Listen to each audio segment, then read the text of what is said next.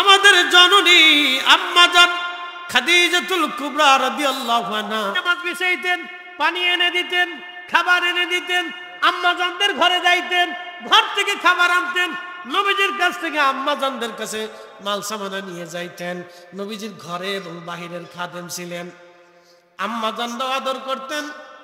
রসুলের ছোট খাদেম, একসাথে বলবেন না ভালো হবা, ছোট খাদেম, খাদেমরে একদিন পাঠিয়েছে আল্লাহ রসুল, যাও অমুকটা নিয়ে আসো। তো ছোট না, 10 বছর বয়স, বাচ্চা বুঝে কি। তো যাইতে যাইতে দেখে হের বয়সী ফুলাপান খেলতেছে, তো হাতে খেলায় ভিজে গেছে।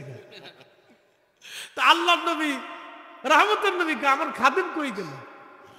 তখন খুঁজে খুঁজে দেখেছে খাদেম আইয়া তুমি ওলা করে খেলাধুলা করতেছে। আল্লাহর নবী বেজার হইলেন না, রাগ করলেন না, ডাক দিলেন, আনাস আসো আমার সাথে, তোমাকে বলছি কি আর তুমি করো কি? ইয়া রাসূলুল্লাহ খেলতে মন চাইছে। আচ্ছা চলো কাজ করতে হবে। বন্ধু খুব মনোযোগ দিবেন। হযরত আনাস রাদিয়াল্লাহু তাআলা আনহু তিনি নবীজির খেদমত করেছেন, প্রায় 10 বছর খেদমত করেছেন। বয়স প্রায় 20 বছর হয়ে গেল। হযরত খাদেমা রাসূলের মা আনাস রাদিয়াল্লাহু আনহুর মা ডাক দিলেন, বেটারে এতটা বছর নবীর খেদমত করলি, কোনো কি দোয়া খায়ের কিছু নিছসনি? বলে মা কি দোয়া নিব? বলে আল্লাহ রসুলকে যা বলবি, আমরা তো অনেক গরিব, খুব কষ্টে দিনপাত চলে, তুই তো জানিস আমি অনেক বড় দরিদ্র, খুব বড় অভাবী আমরা। আল্লাহ নবীকে যা বলবি ইয়া রাসূলুল্লাহ, আমার ধনে মালে সম্পদে সন্তানে যেন আল্লাহ বরকত দেয়। মা শিখাই দিছে যা বলবি আল্লাহ ধনে সম্পদে সন্তানে যেন আল্লাহ বরকত দিয়ে দেয়। সম্পদ এবং সন্তান দুইটা জিনিস মা শিখাই দিছে। তিনি তার এত কিছু বুঝে না। আল্লাহ রসুলের দরবারে যে বলেন ইয়া রাসূলুল্লাহ আপনি আমার জন্য দোয়া করে দেন। বলে আমার খাদেম কি দোয়া চাও বলো? বলে হুজুর দোয়া চাই আমার সন্তান এবং সম্পদে যেন আল্লাহ বরকত দেয়। প্রিয় নবী ছোট্ট মুস্কি হাসি দিয়ে হাত বাড়াইলেন, আল্লাহ আমার খাদেমকে তুমি সন্তানে এবং সম্পদে বরকত দিয়ে দাও। আল্লাহ তার এত সন্তান দিল, 100 সন্তান দিয়ে দিল। বেটার ঘরের বেটা, চিৎকার মেরে জোরে বলেন আল্লাহু আকবার। এরকম বীর পুরুষ দেশে আসেনি।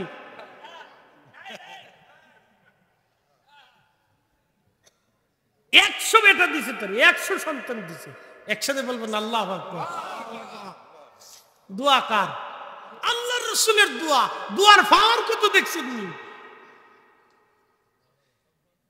সম্পাদিক খেজুর গাছে, সবার খেজুর গাছে খেজুর ধরতো একবার, ওনার খেজুর গাছে খেজুর ধরতো 2 বার। সবার উটের বাচ্চা যদি হইতো একটা, ওনার উটের বাচ্চা হইতো 2টা। সবার উটের দুধ যদি হইতো 10 কেজি, ওনার হইতো 20 কেজি। আল্লাহ ডাবল ডাবল দিয়া এত পরিমাণে সম্পদ দিলেন। মদিনাতে ওনার মতো সম্পদশালী আর কেউ ছিল না। শুনেন, ওনার আদত ছিল, অভ্যাস ছিল, সারা রাত উনি ইবাদত করতেন, সারা রাত উনি কোরআন তেলাওয়াত করতেন, সারা রাত্র তিনি কোরআন পড়তেন। সারা রাত কোরআন পড়ার পরে হযরত খাদেম রাসূল আনাস রাদিয়াল্লাহু আনহু যখন সারা রাত্র কোরআন শরীফ পড়তেন, সারা রাত্র কোরআন শরীফ পড়ার পরে খাদেম রাসূল হযরত আনাস রাদিয়াল্লাহু আনহু সারা রাত্র কোরআন পড়তেন। 30 পারা পড়ার থেকে 2 পারা বাদ রাখতেন। মাত্র 2 পারা বাকি রেখে উনি ফজরের নামাজ পড়ে ঘরে আসতেন। বাড়িতে এসে সমস্ত সন্তানদেরকে ডাক দিতেন, ওনার সামনে বসাইতেন। একবারে নাতি নাত করে দিয়ে মিনিমাম 200 হবে। আলহামদুলিল্লাহ, কে সুবহানাল্লাহ কি বাড়ি যায় কবে? ওনার নিজেরই সন্তান আছে 100, একজনের একটা করে হইলে তো আরো 100, তাহলে কত হইলো? 200। বেটার দৌড়া তো আর হারাই গেছে না, তাহলে তারা আরো 100 ধরে, কমই ধরলাম। তখনকার দিনের বেটারা 4টা-5টা করে বিয়ে করতো। এখনকার দিনে এই বৌজির এটা মানে না। যদি একটার পরে আর একটা বিয়ে করতে চান তো একবারে জীবন শেষ, আপনার একবারে তছনছ করে ফেলবে। মহিলারা শুনতেছে, এটা খুব বেজার হইতেছে, হুজুর আবার কোন মাসলা দিল আল্লাহ জানে। বিপদ আছে, অনেক বড় বিপদ। তো খুব মনোযোগ দিয়ে কথা শুনবেন। উনি অন্তত মিনিমাম 3 থেকে 400 ফ্যামিলির লোকজন নিয়ে বসতেন। বসার পরে তিনি বাকি 2 পারা তেলাওয়াত ছেড়ে দিয়ে বলতেন, দোয়া শুরু করতেন। সবাইকে নিয়ে জামাতের সাথে দোয়া করতেন। দোয়া করার পরে হযরত আনাস বলতেন, আমার সন্তানরা, আমি আমার মাসুক নবীর পবিত্র জবান থেকে শুনেছি কোরআন খতমের পরে যে দোয়া হয় সেই দোয়া আল্লাহর দরবারে কবুল হয়ে যায়। একসাথে যারা বলেন আল্লাহু আকবার। তাহলে কোরআন খতম হবে কি হবে না? বাড়ি বাড়ি খতম চলবে কি চলবে না? মিলাদ মাহফিল হবে কি হবে না? আল্লাহ কবুল করুক, জোরে বলেন আমিন। আমরা তো কারো ফতোয়ার দরকার নাই, এত ফতোয়া লাগতো। আরে কপাল রে, ঘুরে ফিরেও এক জায়গায় চলে যায়। তো খুব মনোযোগ দেবেন। হযরতে খাদিমুর রাসূল আনাস রাদিয়াল্লাহু আনহু তিনি দোয়া করতেন, আল্লাহ এত পরিমাণে বরকত দিলেন, কোরআন খতম। আম্মা জান আয়েশা সিদ্দিকা বললেন, আমি গেলাম গাধার রশি ধরে হাজুনের পাশে আমি দাঁড়িয়ে আছি। প্রিয় নবীজি ভিতরে ঢুকলেন। খাদিজাতুল কুবরা রাদিয়াল্লাহু আনহার কবর থেকে অদূরে দাঁড়াইয়া নবীজি জিয়ারত শুরু করলেন, কান্না শুরু করলেন। দীর্ঘ সময় তিনি হাজুনে কান্না করতে লাগলেন। নবীজির কান্নার আওয়াজে আমি আয়েশা স্থির থাকতে না পেরে আমিও কান্না শুরু করলাম। আমার এত পরিমাণে কান্না পাইল, আমি কান্না পাওয়ার কারণে আমার ধরে রাখা গাধার যে রশি ছিল, রশি পর্যন্ত কাঁপতেছিল। আমিও কান্না করতেছিলাম। নবীজির কান্না শেষ হয়ে গেল। প্রিয় নবীজি হাসতে হাসতে মুস্কি মুস্কি হেসে হেসে হাজুন থেকে বের হয়ে আসতেছিলেন। জিজ্ঞেস করলাম, ইয়া রাসূলুল্লাহি, এত পরিমাণে কান্না করলেন, কখনো হাজুন গোরস্থানে আপনাকে এত পরিমাণে কান্না করতে দেখে নাই। হুজুর, আজকে আপনি কান্না করেন কেন নবীজি? এত পরিমাণে কান্নার কারণে আমি আয়েশা স্থির থাকতে পারি নাই, আমি নিজেও কান্না করতেছিলাম। ইয়া রাসূলুল্লাহ, আল্লাহর নবী ডাক দিলেন, আয়েশার, আমি হাজুনে দাঁড়াইয়া আমি আমার আব্বা আম্মার জন্য কান্না করতেছিলাম। আমি আমার মা বাবার জন্য কাঁদতেছি। কান্নার কারণে আল্লাহ খুশি হইয়া আমার আব্বা আম্মাকে আমার সামনে আল্লাহ জিন্দা করাইলেন। একবার জোরে বলা যাবে কি আল্লাহু আকবার? না না, চিৎকার মেরে বলেন ইয়া রাসূলুল্লাহ। হযরত ঈসা নবীর মুজিজা ছিল কবরের পাশে দাঁড়াইয়া, তিনি কোন কবরের পাশে দাঁড়ায় যদি বলতেন কুম বিসমিল্লাহ, আল্লাহর হুকুমে দাঁড়াও, কবর থেকে মুর্দা আবার সে অনুরূপ চেহারা নিয়ে কবর ফেরে কবরের ভিতর থেকে ঈসা রুহুল্লাহর সামনে দাঁড়ায় যাইতেন। হযরতে নূহ আলাইহিস সালামের 4টা বেটা ছিল। একটা বেটার নাম হাম, সাম, ইয়াফেস, কেনান। হাম, সাম, ইয়াফেস, কেনান। শোনেন, বুঝতেছে? কষ্ট হয়, বুঝতে অসুবিধা হয়? তাহলে আরো জোরে বলেন তো আল্লাহু আকবার। বলেন ইয়া রাসূলুল্লাহ সাল্লাল্লাহু আলাইহি ওয়াসাল্লাম। ভালো করে শুনেন, জিম টিম দিয়ে এগুলি শিখার কিছু আছে, বোঝার কিছু আছে, ঠিক আছে না? হাম, সাম, ইয়াফেস, কেনান। কেনান মহাপ্লাবনে ডুবে মরে গেল। কারণ কি? সে আল্লাহকে স্বীকার করে নাই। তার বাবা যে নবী এটা মানে না। তার বাবা নবী এটা মানে নয়, মানে নেই। হাম, সাম, ইয়াফেস, কেনান, 3টে বেটা জিন্দা রইল। হাম, সাম, ইয়াফেস। হাম, সাম, ইয়াফেস। হামের বংশধর হলো আরবরা, সামের বংশধর হলো আমরা অনারবরা, আর ইয়াফেসের বংশধর হলো আফ্রিকানরা। তো হাম মারা গেছে, ঈসা রুহুল্লাহ আলাইহিস সালামের জমানা আসছে। তাহলে বুঝেন, হযরত আদম সফিউল্লাহর 200 বছর পরে হচ্ছে নূহ আলাইহিস সালাম। এবার শুনে যান, আদম সফিউল্লাহর কত বছর পরে? 200 বছর পরে নূহ আলাইহিস সালাম। 200 থেকে 250 বছর পরে নূহ আলাইহিস সালাম। নূহ আলাইহিস সালাম কালেমার দাওয়াত দিলেন প্রায় 800 বছর ধরে। কত বছর? 800 বছর। তার মানে আদম সফিউল্লাহর 1000 বছরের ভিতরে হামের ইন্তেকাল হলো। তাহলে হাম কত বড় লম্বা হইতে পারে আবার চিন্তা করেন। আদম আলাইহিস সালাম ছিলেন 60 হাত, তাহলে হাম মিনিমাম গুলো তো 58 হাত ছিল। কি কথা ঠিক আছে না? তো অনেক বড় লম্বা। ঈসা রুহুল্লাহ আলাইহিস সালামের জমানা আসলো, তার মানে ইতিমধ্যে 2,24,000-এর মতো নবীরা দুনিয়ার থেকে গত হয়ে গেছে। হাজরাতে হাম আলাইহিস সালাম তিনার কবরের কাছে ঈসা নবীর উম্মতেরা নিয়ে বললেন, হো আল্লাহ নবী ঈসা, আমরা শুনছি আপনি মরাকে জিন্দা বানান আল্লাহর হুকুমে, তা আপনি দয়া করে আমাকে হামের কবরের কাছে নিয়ে যান। আমরা শুনছি এখানে কোথাও হামের কবর আছে, হামের কবরের কাছে নিয়ে গেলে হামকে জিন্দা করান। আমরা মহাপ্লাবনের কথা হামের কাছ থেকে শুনতে চাই, যে মহাপ্লাবনে কি কি ঘটনা ঘটেছিল আমরা হামের কাছ থেকে জানতে চাই। হযরত ঈসা রুহুল্লাহ হামের কবরের পাশে যা দাঁড়াইলেন, বিরাট বড় একটা পাহাড়ের মতো টিলা। উম্মতেরা বলল, হুজুর এটা তো পাহাড়। হযরত ঈসা রুহুল্লাহ বললেন, না এটা পাহাড় না, এটা শুধু পাহাড় না, এটা সেই স্থান যেখানে হাম আলাইহিস সালাম ঘুমিয়ে আছে। হযরত হামের কবরের পাশে দাঁড়াইয়া ঈসা রুহুল্লাহ ডাক দিল, কম বিজিনিল্লাহ, আল্লাহর হুকুমে দাঁড়াও। তখন হামের কবর ফেটে গেল, মাটির ভিতর থেকে হযরত হাম দাঁড়াইলেন, বিরাট বড় লম্বা। ঈসা নবীর উম্মতের একটু ভয় পেয়ে গেলেন। তখন হযরত হাম কি ঈসা রুহুল্লাহ বলেন, হাম তুমি কি আমাকে চিনছো? বলে, হ্যাঁ ঈসা, আমি আপনাকে চিনেছি, আপনি জমানার জলিল কদর রসুল হযরত ঈসা রুহুল্লাহ। চিৎকার মেরে জোরে বলেন আল্লাহু আকবার। তুখরিজুল হাইয়া মিনাল মাইয়িতি ওয়া তুখরিজুল মাইয়িতা মিনাল হাইয়্যি ওয়া তারযুকু মান তাশাউ বিগাইরি হিসাব। আল্লাহু আকবার। রব্বুল আলামিন বললেন, জিন্দা থেকে মুর্দা বের করে, মুর্দা থেকে জিন্দা বের করে। হযরত হাম আলাইহিস সালাম তিনি বললেন, ঈসা রুহুল্লাহ, কি জন্য আপনি আমাকে ডাকছেন? বলে, তোমার মহাপ্লাবনের খবর আমাকে বলবে, কিন্তু তার আগে বলো তোমার ইন্তেকালের সময় কি তোমার চুল দাড়িগুলি পাকা ছিল না কাঁচা ছিল?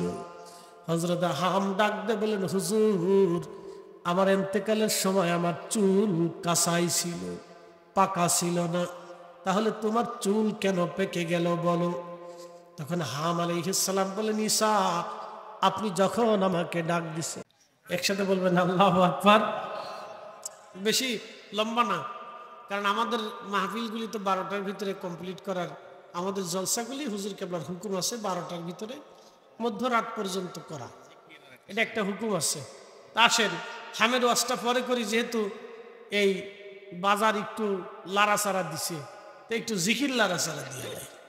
জবান খুলে দেন, একসাথে জবান খোলেন। জবানের মালিককে, জবানের মালিককে।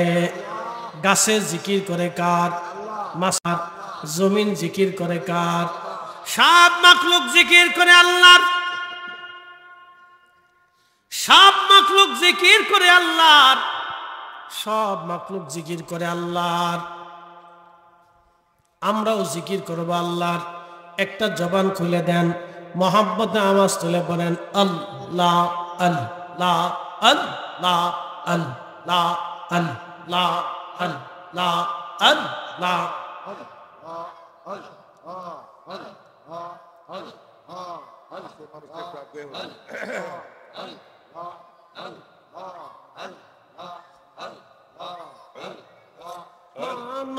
সবা নাই সে গো আল্লাহ প্রেমের কারণে,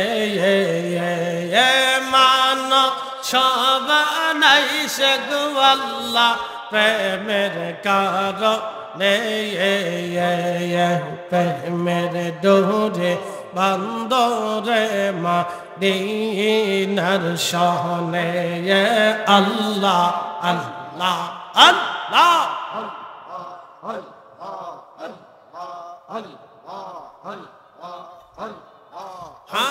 হাবিবকে পাঠাইছে গো আল্লাহ প্রেমের কারণে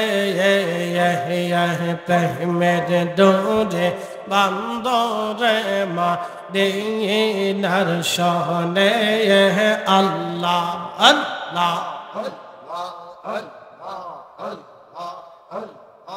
আল্লাহ বানাইলেন আসমান জমিন আর বানাইছেন রায়াত রোমার দিন আল্লাহ বানাইছেন আসমান জমিন আর বানাইছেন রায়াত রোজার দিন হাবিব কে পাঠাইছে গো আল্লাহ হাবিবকে পাঠাইছে গো আল্লাহ প্রেমের কারণে প্রেমের ডোরে বান্দরে মদিনার শহরে আল্লাহ আল্লাহ আল্লাহ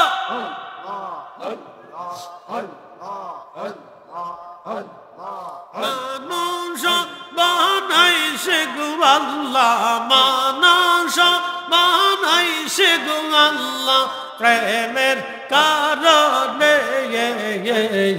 প্রেমের ডোরে বান্দরে মদিনার শহরে আল্লাহ আল্লাহ আল্লাহ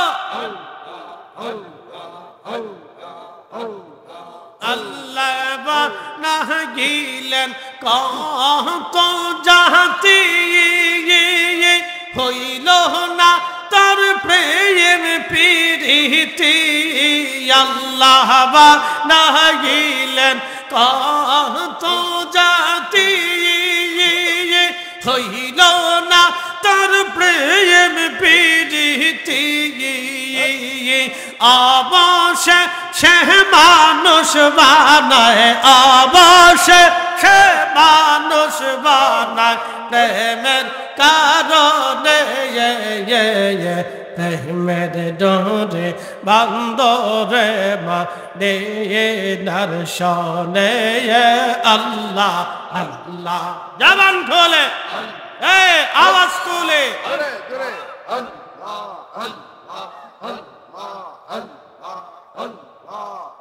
মানুষ বানাইছে গো আল্লাহ মানুষ বানাইছে গো আল্লাহ প্রেমের কারণে প্রেমের ডোরে বান্দরে মদিনার শহরে আল্লাহ আল্লাহ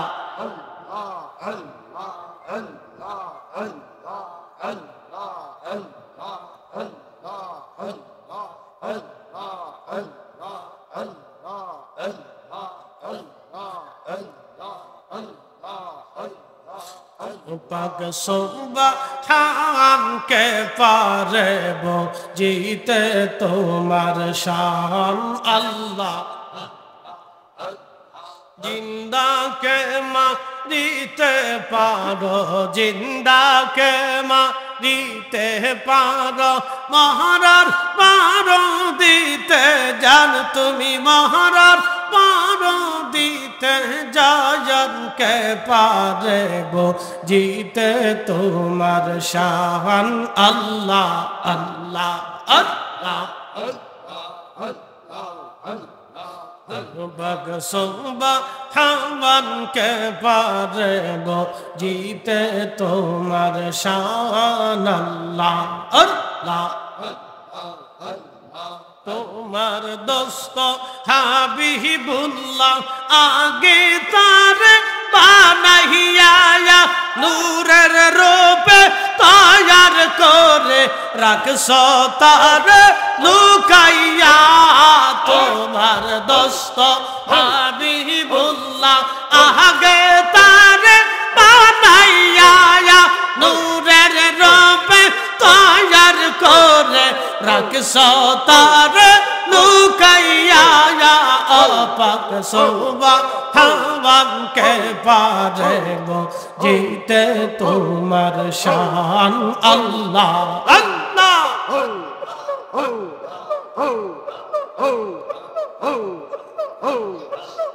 পাক সুবহান কে পারে বুঝিতে তোমার শান আল্লাহ আল্লাহ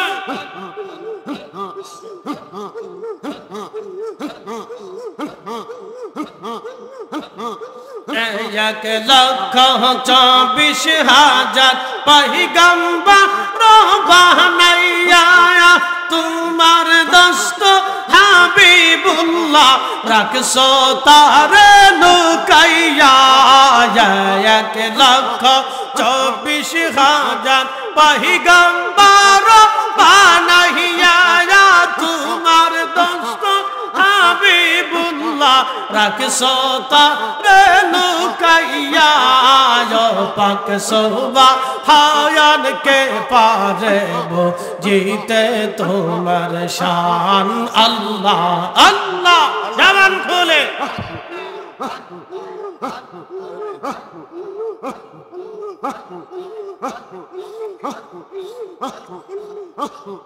जिंदा के मारीते पारो जिंदा के मारीते पारो मरार पारो दीते जान तुम्हें मरार पारो दीते जान के पारे बो जीते तुम्हार शान अल्लाह अल्लाह अल्लाह अल्लाह अल्लाह अल्लाह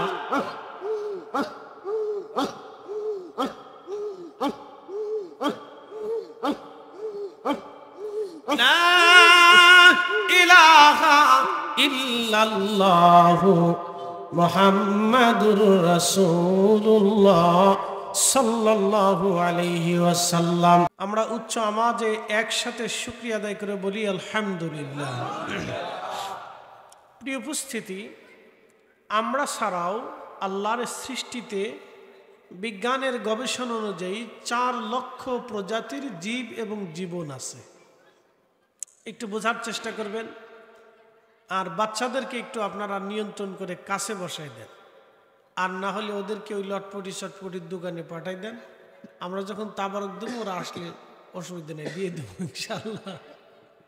কারণ ওরা ওই বুঝে সোঝে না, ওদের আজকে ঈদের আনন্দ হয়েছে।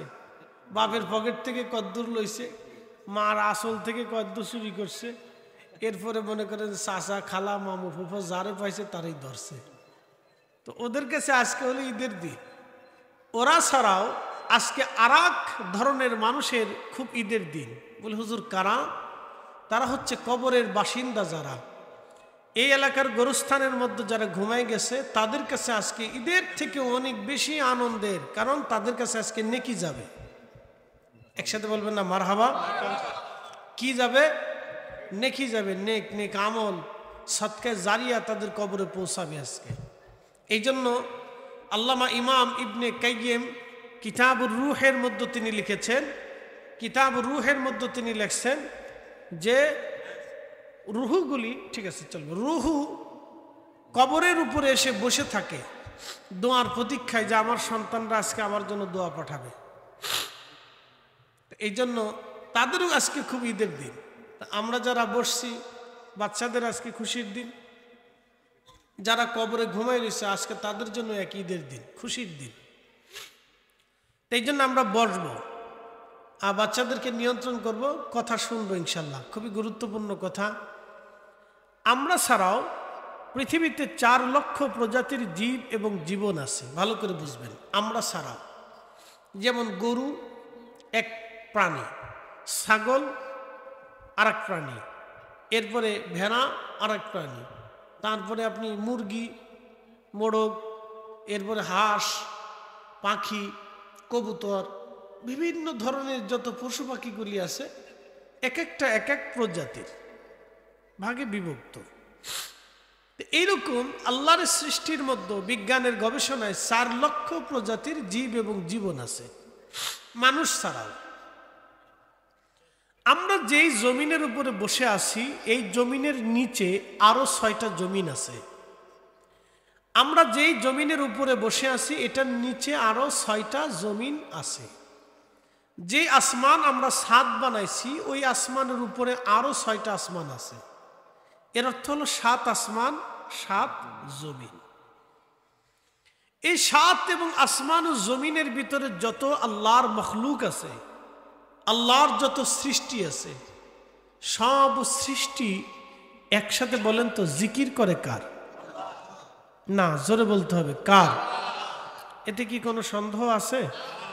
ওরা কিন্তু স্রষ্টার আইন মানে, ওরা কিন্তু আমাদের আইনে চলে না। কুকুর আমাদের আইনে চলে না, বিড়াল আমাদের আইনে চলে না, সূর্য আমাদের আইনে চলে না, পৃথিবী আমাদের আইনে চলে না, সব আল্লাহর আইনে চলে।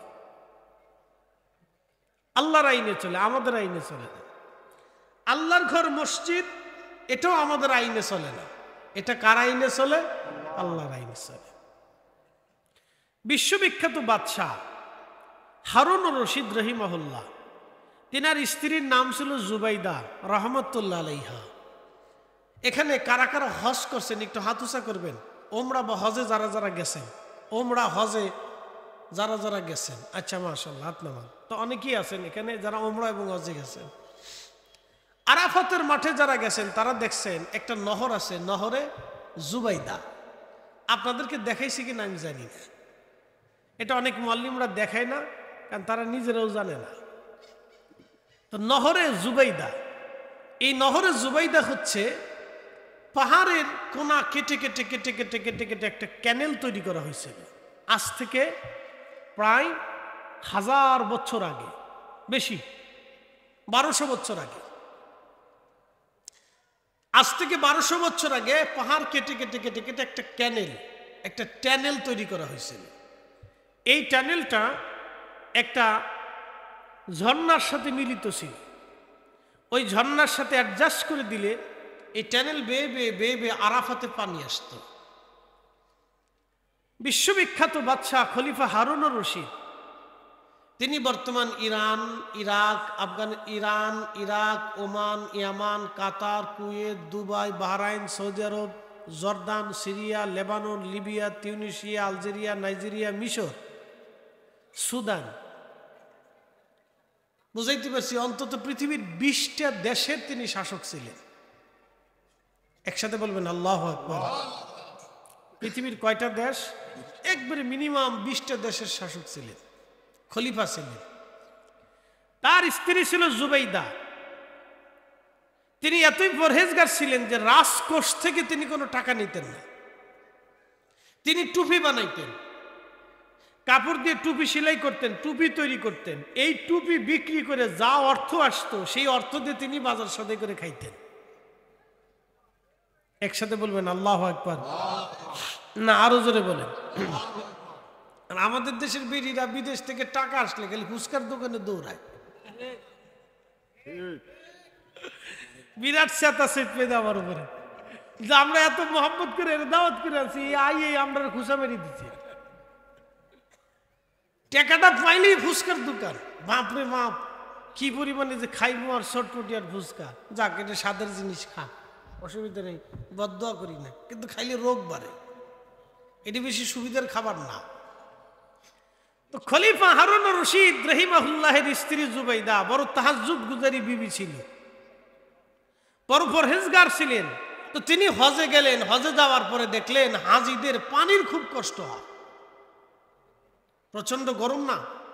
আরাফাতের মাঠে যে কি বিভৎস গরম, আমার চোখের সামনে 2 হাজি মরে গেল আরাফাতের মাঠে ছটফট করে হিট স্ট্রোকে, প্রচন্ড গরমে।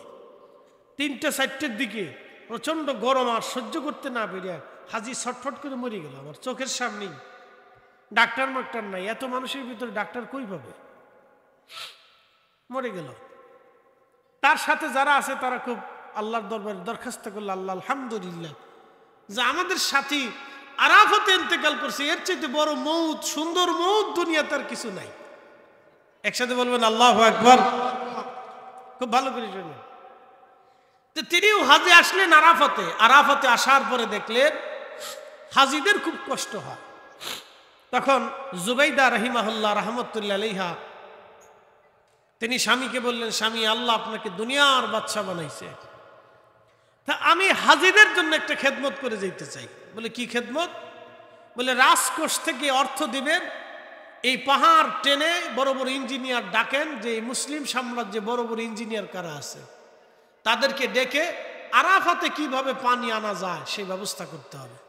তখন ইঞ্জিনিয়াররা এটা বহুদিন গবেষণা করে ঝর্ণা থেকে একেবারে পাহাড়ের কোনা কেটে কেটে কেটে কেটে ট্যানেল তৈরি করে ক্যানেল বানাইয়া তারপরে সে আরাফাতের জন্য পানির ব্যবস্থা করছিলেন। সেটার নাম হচ্ছে নহরে জুবাইদা, এখনো আছে। একসাথে বলবেন না মারহাবা? না আরো জোরে বলেন না মারহাবা? হ্যাঁ, পানি পানি নহরে জুবাইদা এখনো আছে। মালয়েশিয়াতে গেলাম মালাক্কাতে, একটা পাহাড়ি অঞ্চলে, এখন আর পাহাড় নাই, সেই পাহাড়টা কেটে ওরা জনবসতি করছে। সেই পাহাড়ের ভিতরে একটা কুয়া তৈরি করছিল 600 বছর আগে এক আবিদ, এক বুজুর্গ। ওইখানে একটা ঘটনা আছে, 600 বছর আগে সেই কুয়া নির্মাণ করছিল। সেই কুয়াটা এখনো আছে, কুয়ার পানি এখনো পরিষ্কার পরিচ্ছন্ন, একেবারে নির্ভেজাল। ওখানে মালয়েশিয়ান সরকার তো বুঝেন বাংলাদেশের সরকারের মতো না, বাংলাদেশের সরকারের মতো না। এখানে কিছু টাকা পয়সা দিলে পানি জমজম হয়ে যায়, আবার জমজমের পানি বুড়িগঙ্গ হয়ে যায়। কি কথা কন না কে? এই আসতে কোন কে, জোরে বলেন। মালয়েশিয়ার ওরা ওইরকম না। তো ভালো করে শুনেন, ওরা পানি গবেষণা করে দেখছে এই পানি একেবারে পয়জন মুক্ত, নির্ভেজাল, মানুষের বড় উপকারের। আমি গেলাম দোকানের উপরে, সুন্দর করে বোতল টোতল সাজায় রাখছে, মানুষেরা যাইয়া বোতল ভরে ভরে পানি নিয়ে আসে। আমার চোখের সামনে 2 মুরব্বি পানি নিল। তো ওই পানি বলে রুগীর শেফা। একসাথে বলবেন না মারহাবা? 600 বছর আগের কুয়া এখনো আছে। গেছি মালদ্বীপে, যিনি ইসলাম এনেছিলেন ইব্রাহিম ইস্কান্দারি রাহিমাহুল্লাহের মাজার জিয়ারত করতে। ওইখানে যাওয়ার পরে, ওনার মাজার জিয়ারত করার পরে দেখলাম একটা কুয়া, অথচ সমুদ্র কিন্তু দেখা যায়। ওনার মাজার যেখানে, সমুদ্র দেখা যায়। আপনারা জানেন সমুদ্রের পাড়ে যদি কুয়া খুঁজেন, পানি কি মিষ্টি আসবে না লুনা আসবে? লুনা পানি। কিন্তু ওই কুয়ার পানি মিষ্টি। একসাথে বলবেন আল্লাহু আকবার। পানি মিষ্টি। তো প্রিয় উপস্থিতি, এরকম বহু নিদর্শন পৃথিবীতে আছে, অনেক নিদর্শন দুনিয়াতে আছে। তো খলিফা হারুন রশিদ রহমতুল্লাহের সাথে বিবি জুবাইদার একদিন ঝগড়া লাগছে। আপনাদের মনে হয় লাগে টাগে না? বাপরে বাপ, অহনো লাগে। বোঝা গেল ভেজাল আছে। লাগে, ঝগড়া লাগা বালা। হুজুর এটা কি কইলে? হ্যাঁ, ঝগড়া লাগা বালা, খারাপ না। ঝগড়া লাগলে বলো, লাগলে পরে পরবর্তীতে আর একটু মোহাম্মদ গারোয়া, বুঝতে পারছেন? তো ঝগড়া করেন, অসুবিধা নেই, কিন্তু সারাসারি করেন না। কিন্তু সাবধান, সারাসারি করবেন না, তালাক যাতে না হয় এই পর্যায়ে যাবেন না। মনে রাখবেন, শয়তান সবচেয়ে বেশি খুশি হয় যখন স্বামী স্ত্রীর ডিভোর্স হয়। হাজার চেষ্টা করবেন, লক্ষ চেষ্টা করবেন স্বামী স্ত্রীর তালাক যাতে না হয়। আর কেউ যদি তালাক দেওয়াইতে সহযোগিতা করে, আল্লাহর কসম, ও হলো মালউন, ও অভিশপ্ত। কথা কন না কে, ঠিক কিনা? সে জীবন ধ্বংস করছে। তালাক যাতে না হয়, খুব ভালো করে শুনুন। তো খলিফা হারুন রশিদ রহমতুল্লাহের সাথে তার স্ত্রী জুবাইদার একটু ঝগড়া হয়েছে। ঝগড়া তো হইতেই পারে। তো ঝগড়া হওয়ার পরে খলিফা বইলে ফেলছে রাগ করে, এ জুবাইদা, আমার এই বিরাট সাম্রাজ্যের বাহিরে মাগরিবের আগে যদি না যাইতে পারো তো 3 তালাক।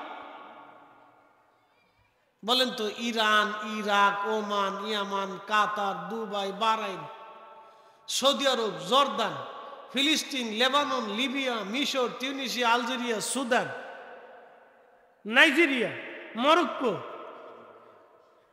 আলবেনিয়া, এই দিয়ে বিরাট পৃথিবীর একজন খলিফা। এর সীমানার বাইরে সকাল থেকে সন্ধ্যা পর্যন্ত তো মিয়া বিমান চালেও যাওয়ার সুযোগ নাই। বিমান চালেও যাওয়ার তো শেষ করার সুযোগ নেই।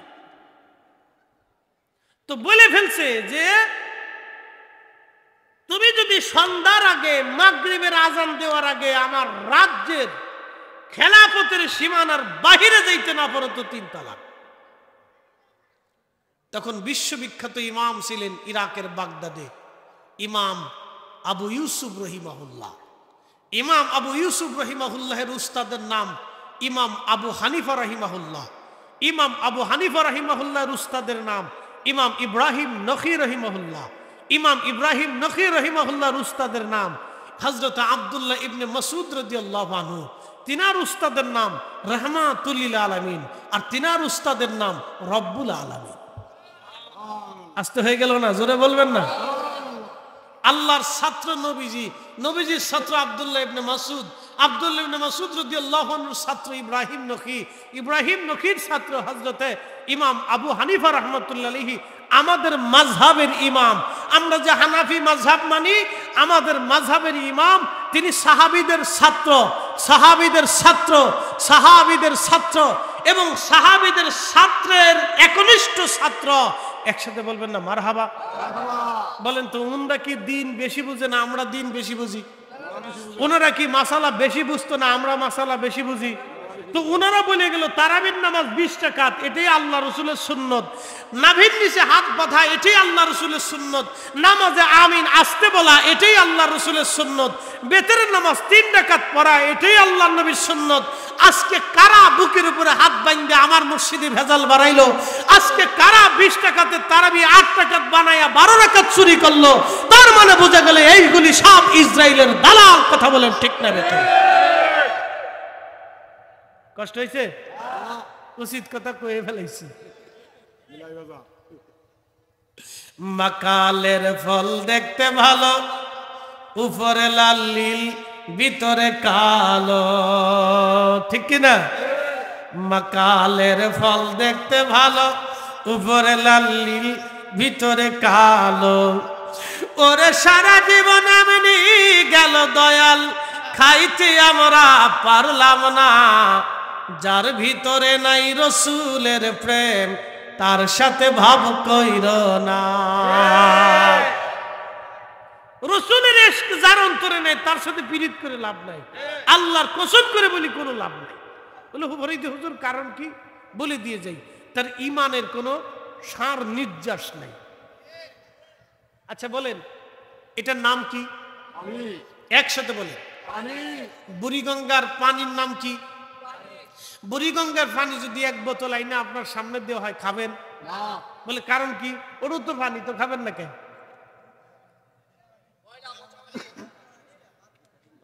বাদ পানি, নষ্ট পানি। আর এই পানি রিফাইন করে পরিষ্কার করলে এটাও পানি, বুড়িগঙ্গার পানিও পানি। কি কথা ঠিক আছে কিনা? এটাও পানি, বুড়িগঙ্গার পানিও পানি। মুসলমান, সব মুসলমান এক মুসলমান না। ইশকে রাসূল আলা মুসলমান হলো রিফাইন করনে বলা পবিত্র মুসলমান। হয় কথা বলেন ঠিক না বেঠে?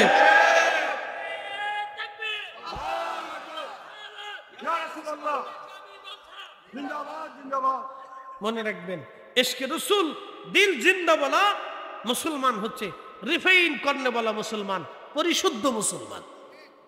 কি শুদ্ধ মুসলমান? পরিশুদ্ধ মুসলমান। আর ইশকে রাসূল, মুহাব্বত রাসূল, তাজিম রাসূল যাদের অন্তরে নাই, ওটা বুড়িগঙ্গার পানি। একবারে সহজ হিসেবে বুঝাই দিলাম, ওটা কিতা পানি? বুড়িগঙ্গার পানি। ওরে সারা জীবনে এমনি গেল দয়াল, খাইতে আমরা পারলাম না। যার ভিতরে নাই রসুলের প্রেম, তার সাথে ভাব রাইখো না। যার ভিতরে নাই রসুলের প্রেম, তার সাথে ভাব রাইখো না। কি আশ্চর্য! ঘন্টা মুড়ি দিয়ে মৌলবী বলতেছে রসুলের আব্বা আম্মা কাফের ছিল। আসতে হলো কেন? জোরে বলেন। তা আপনি মানবেন? এই লোকে যদি আইসে বলে তারাবির নামাজ 8 টাকা, তা আপনি মানবেন? যে রসুলের আব্বা আম্মারে কাফের বলতে পারে, সে আপনাকেও তো কাফের বলতে পারে। স্বাভাবিক, স্বাভাবিক, একেবারে সহজ হিসাব। যে নবীর আব্বা আম্মার উপরে ফতোয়ার কলম লাগাইতে পারে রাসূলের সম্মানিত পিতামাতা। আরে একটা কথা মনে রাখবেন, আপনি যদি আমার বাবা চুরিও করে, তারপরেও যদি আপনি আমার সামনে এসে বলেন যে বেটা তোমার বাপ তো চোর, তখন কিন্তু সন্তানের কলিজায় ব্যথা লাগে। কারণ যাই হোক সে কিন্তু তার বাবা।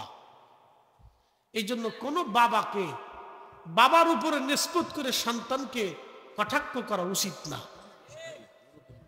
সন্তানের ভুলের জন্য বাবাকে কটাক্ষ করা উচিত না। বাবার ভুলের জন্য ওই নিষ্পত নিয়ে উসুল নিয়ে সন্তানদের কটাক্ষ করা উচিত না। মনে রাখবেন, এতে কষ্ট হয়, বেশি দ্বিগুণ ব্যথা হয়। কারো মা যদি পতিতা হয়, আপনি যদি ওই মায়ের চরিত্র নিয়ে তার সন্তানকে গালি দেন, ওই সন্তানের কলিজায় ব্যথা লাগবে। প্রশ্ন রাখবেন ফরিদি হুজুর কারণ কি? কারণ হলো এটা, সে তার মাকে ভালোবাসে। যদিও পতিতা তারপরেও সে তার মা। নবীজিকে বলা হলো ইয়া রাসূলুল্লাহ, মা যদি অবিশ্বাসী হয়, কাফের হয়, তাহলে মার সাথে কেমন আচরণ করব? যদি মা হিন্দু হয় আর ছেলে যদি মুসলমান হয়, মা যদি খ্রিস্টান হয়, ছেলে যদি মুসলমান হয়, মা যদি শিখ হয়, ছেলে যদি মুসলমান হয়, মা যদি বৌদ্ধ হয়, ছেলে যদি মুসলমান হয়, নবীজি ওই মায়ের সাথে আমাদের আচরণ কেমন হবে? আল্লাহর নবী বললেন সুম্মা তারারে, শোনো, সে কিন্তু তোমার মা, সে কিন্তু তোমার মা, জন্মদাত্রী মা। ওই মায়ের সঙ্গে পরিপূর্ণ হক আদায় তুমি করবা, তার খেদমত করবা, তাকে ভালোবাসবা, তার ভরণ পোষণ দিবা, তাকে সম্মান করবা, তাজিম করবা। একসাথে বলবেন কি মারহাবা। এটার নাম ইসলাম। এটার নাম কি? যারা বলে এটার নাম কি? এটার নাম ইসলাম।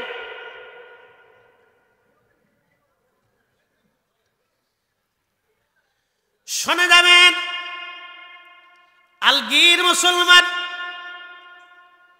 অনেক দূরে, মাইকের আওয়াজ যত দূরে যায় ভালো করে শুনে যান।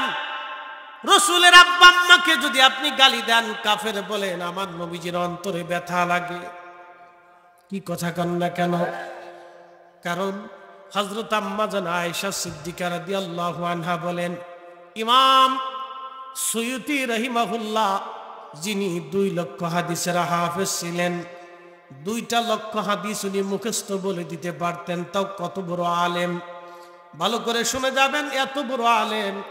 ওনাকে জিজ্ঞাসা করা হলো, হুজুর শাইখুল ইসলাম, আপনি বলেন তো 2 লক্ষ হাদিস আপনার সিনার ভিতরে আল্লাহ কেমন ভাবে জমা করেছেন?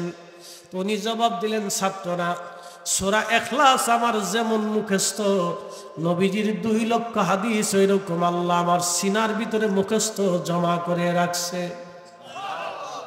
জোরে জোরে জোরে জোরে। এখানে যদি জিজ্ঞাসা করি যে সূরা ইখলাস আপনারা পড়েন, তাহলে 100 জনের ভিতরে অন্তত 99 জন বলে দিতে পারবে। কি কথা ঠিক আছে না? 100 জনের ভিতরে 99 জন বলতে পারবে সূরা ইখলাস। তো সূরা ইখলাস একজন তলবে ইলমের জন্য যত সহজ, ইমাম সুয়ুতি বলতেন 2 লক্ষ হাদিস আমার সিনার ভিতরে এরকম সহজ ছিল। তো উনাদের মতো বিশ্ববিখ্যাত ইমামরা মিলাদুন নবীর পক্ষে কিতাব লেখছে। আর যে বেটা বুখারী পড়তেই পারে না, হে বেটা মিলাদুন নবীর বিরুদ্ধে ফতোয়া দেয়। আর যারা বুখারী শরীফ, ওইরকম বুখারী শরীফ মুখস্থ ছিল, বুখারী শরীফের সরা লেখছে, বুখারী শরীফের তাহকিক করছে, বুখারী সিয়াসিত্তা থেকে শুরু করে দুনিয়ার সমস্ত হাদিসের কিতাব যাদের মুখস্থ ছিল, তারা মিলাদুন নবী পক্ষে কিতাব লিখে ফতোয়া লিখে গেছে। আর যেই বেটা কিতাব পড়তেই পারে না, বুখারী শরীফ পড়তেই পারে না, সেই বেটা উল্টে স্টেজে বইয়ে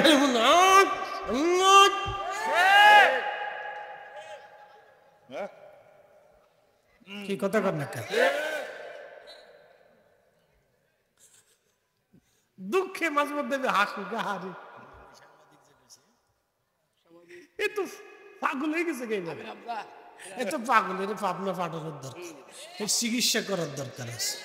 আমি তাদেরকে পরামর্শ দিই, ওনাদের রাজনৈতিক দলের কেউ থাকলে, আলেম ওলামা থাকলে, ওনারা একটু চিকিৎসা করা, নাহলে আপনাদের অনেক ক্ষতি হইতেছে। দোয়া করি আমরা, কথা ঠিক আছে না? ওনাদের ক্ষতি হইতেছে, এই লোকের জন্য ক্ষতি হচ্ছে, তার চিকিৎসার দরকার। তো খুব মনোযোগ দেন, একসাথে জোরে বলেন তো আল্লাহু আকবার। প্রিয় উপস্থিতি হাজিরিন, হযরত ইমাম সুয়ুতী প্রিয় নবীজির আব্বা আম্মা জান্নাতি ছিলেন, এই ব্যাপারে একটা কিতাব লিখছেন মাসালিকুল হুনাফা, মাসালিকুল হুনাফা বিওয়ালিদাইল মুস্তাফা সাল্লাল্লাহু আলাইহি ওয়াসাল্লাম। এই কিতাবের মধ্যে তিনি লিখতেছেন, আহা বিশ্ববিখ্যাত আইম্মা ইকরামের উদ্ধৃতি দিয়া তিনি লিখতেছেন, আল্লাহর নবীজি জান্নাতুল বাকির পরে আরেকটা গোরস্থান আছে যেটাকে জান্নাতুল মুআল্লা বলা হয়। এই গোরস্থানের নাম ছিল আগে হাজুন।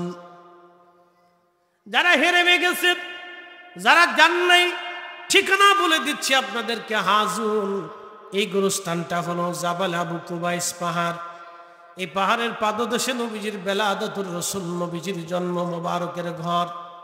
আল্লাহর নবী যেখানে জন্ম মোবারক হয়েছিলেন, এই পবিত্র বেলাদতের ঘরের এই পাশ দিয়ে একটা রাস্তা, এখন নতুন নতুন করে রাস্তা তৈরি করা হয়েছে।